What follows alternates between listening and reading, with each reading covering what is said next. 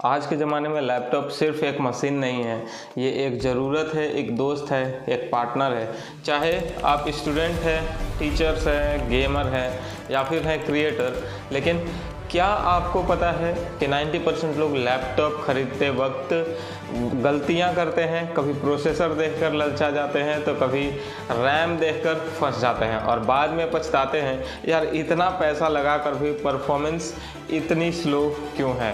तो आज मैं आपको बताने वाला हूं कि लैपटॉप खरीदने से पहले आपको वो 5 चीज़ें कौन कौन सी ध्यान रखती हैं जो कि आपको फ्यूचर में कोई भी प्रॉब्लम नहीं हो।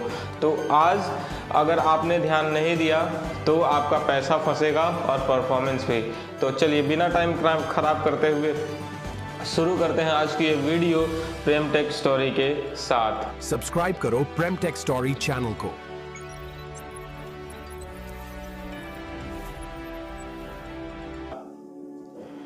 प्रोसेसर लैपटॉप का दिमाग होता है, लेकिन मार्केट में कंफ्यूजन इतना है कि आम आदमी का दिमाग चकरा जाता है।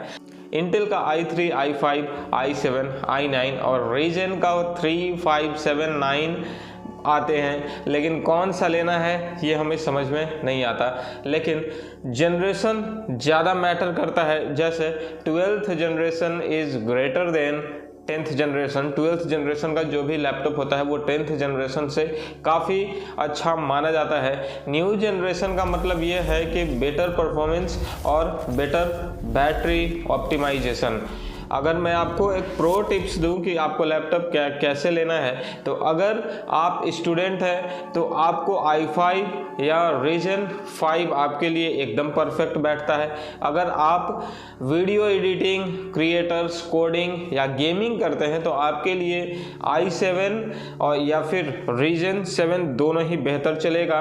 अगर बेसिक वर्क के लिए मैं आपको बताऊं तो i3 या फिर Ryzen 3 दोनों ही चलेगा, लेकिन ये फ्यूचर प्रूफ नहीं माने जाएंगे।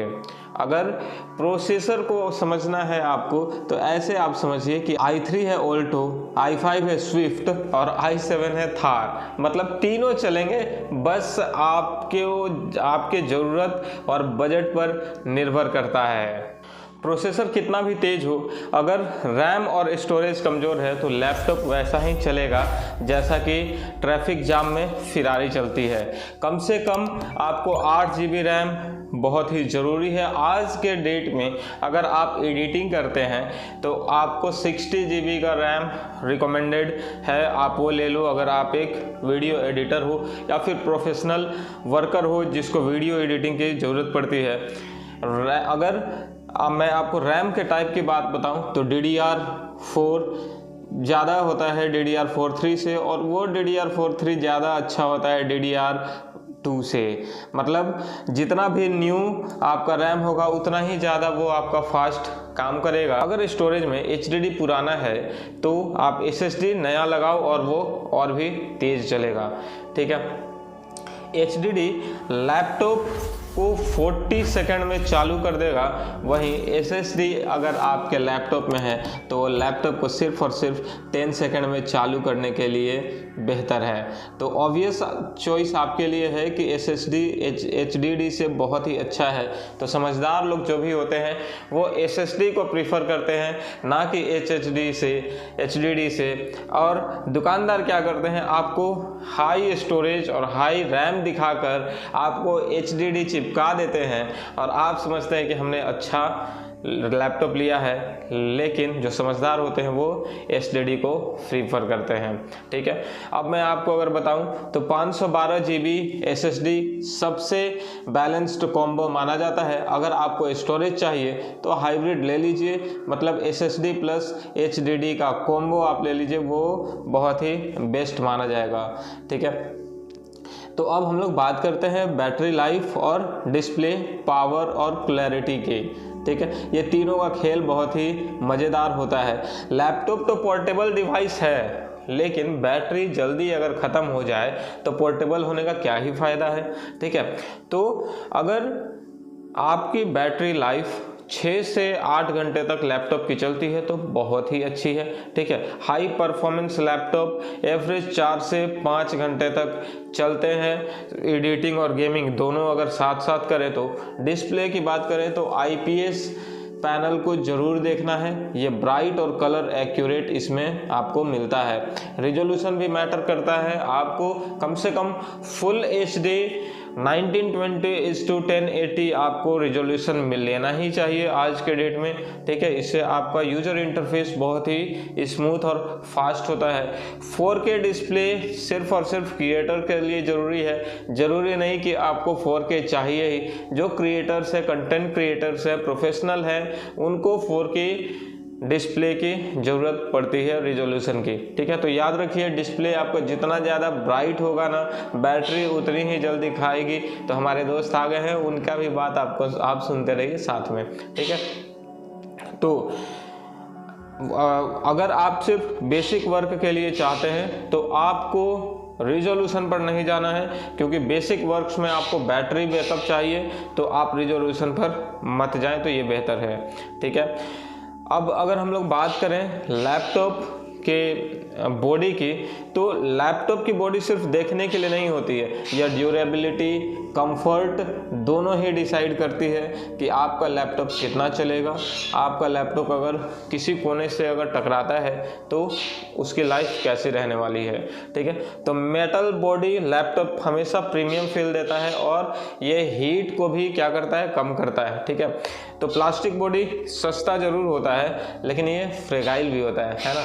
तो आपको करना है क्या, चूज करना है एक अच्छे मेटालिक बॉडी, या फिर आप अपने से चूज कर लो कि आपको कौन सी बॉडी वाला लैपटॉप चाहिए, उसके बाद आप सेलेक्ट कर लो। ठीक है, पोर्ट्स में जब भी आप उसके पोर्ट्स को देखें तो कम से कम 3 चीज़ें ज़रूर देखनी है आपको।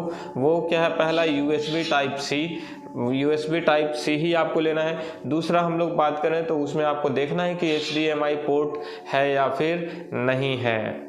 तीसरा जो आपको पोर्ट में देखना है वो है हेडफोन या माइक जैक। ठीक है, ये तीनों चीज़ें आपको ज़रूर से ज़रूर देख लेती हैं। आज के टाइम में लैपटॉप में टाइप C पोर्ट होना बहुत ज़रूरी है। ये फ्यूचर में चार्जर और डेटा ट्रांसफ़र दोनों ही मुश्किल हो जाएगा, क्योंकि अब चार्जर्स भी या फिर जो भी आते हैं वो टाइप C ही आते हैं। ठीक है, तो अब बात करते हैं सबसे इम्पोर्टेंट चीज़ की, आपका इस्तेमाल, कि आप इसको किस लिए ले रहे हो, क्या इस्तेमाल के लिए ले रहे हो, ये बहुत ही इम्पोर्टेंट है। तो अगर आप एक स्टूडेंट हैं तो आपको i5 8GB और 512GB SSD आपके लिए एकदम काफ़ी होगी। अगर आप एक टीचर्स हैं तो आपके लिए i5 और लॉन्ग बैटरी लाइफ वाली गुड वेबकैम और माइक के साथ आपको लैपटॉप लेनी चाहिए। अगर आप एक प्रो गेमर्स हो तो आपको i7 या RTX GPU 16GB रैम वाला लेना चाहिए। अगर आप क्रिएटर हो तो Ryzen 7 कलर एक्यूरेट डिस्प्ले और फास्ट SSD वाला लैपटॉप आपको लेना चाहिए। तो आप जब भी शॉप में जाओ तो आप अपनी आवश्यकता को ज़रूर एक्सप्लेन कर दें कि मैं किस लिए ले रहा हूँ। उसके बाद आपको दुकानदार उस तरीके का रेकमेंडेशन करेगा लैपटॉप का। ठीक है, तो बजट डिसाइड करता है आपका परफॉर्मेंस। ठीक है, लेकिन रिसर्च डिसाइड करती है आपका सेटिस्फैक्शन। ठीक है, तो मान लो कि 1000, 2000, 5000 के चलते अगर वो आपके लिए बेनिफिशियल नहीं हुआ तो क्या ही फ़ायदा लेने का।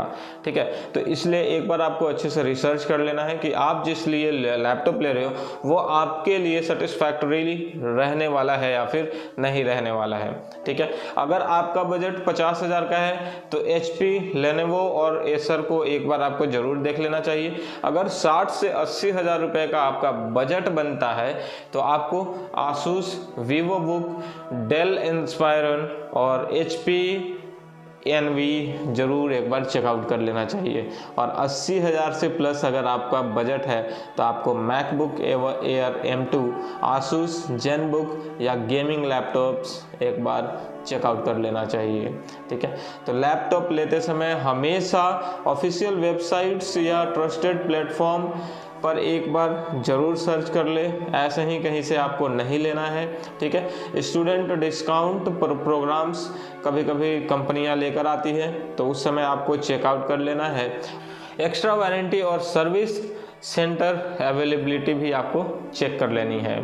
तो टेक की दुनिया में इंफॉर्मेशन ही पावर है दोस्तों। जो इन्फॉर्म्ड रहेगा वही स्मार्ट खरीदार बनेगा। तो आने वाले समय में फेस्टिवल ऑफर बहुत सारे आने वाले हैं, तो हमेशा फेस्टिवल ऑफर में आप अपनी रिसर्च कर लीजिए कि आपको लेना सही है कि नहीं है। इस वीडियो में अगर वाकई में आप लैपटॉप लेना चाहते हैं तो इस वीडियो को एक बार ज़रूर देख लेना कि किस किस पॉइंट्स की मैंने बात की है उसको आप नोट डाउन कर लेना। और ऐसे ही वीडियो देखने के लिए हमारे चैनल को कर लीजिएगा सब्सक्राइब, ताकि हम आपके लिए साइंस एंड टेक्नोलॉजी और रोज़मर्रा के यूज़फुल वीडियो लाते रहते हैं। तो मिलते हैं हम किसी नए वीडियो में, तब तक अपना ध्यान रखिए, ख्याल रखिए। Till then take care, goodbye. Subscribe करो प्रेमटेक स्टोरी चैनल को।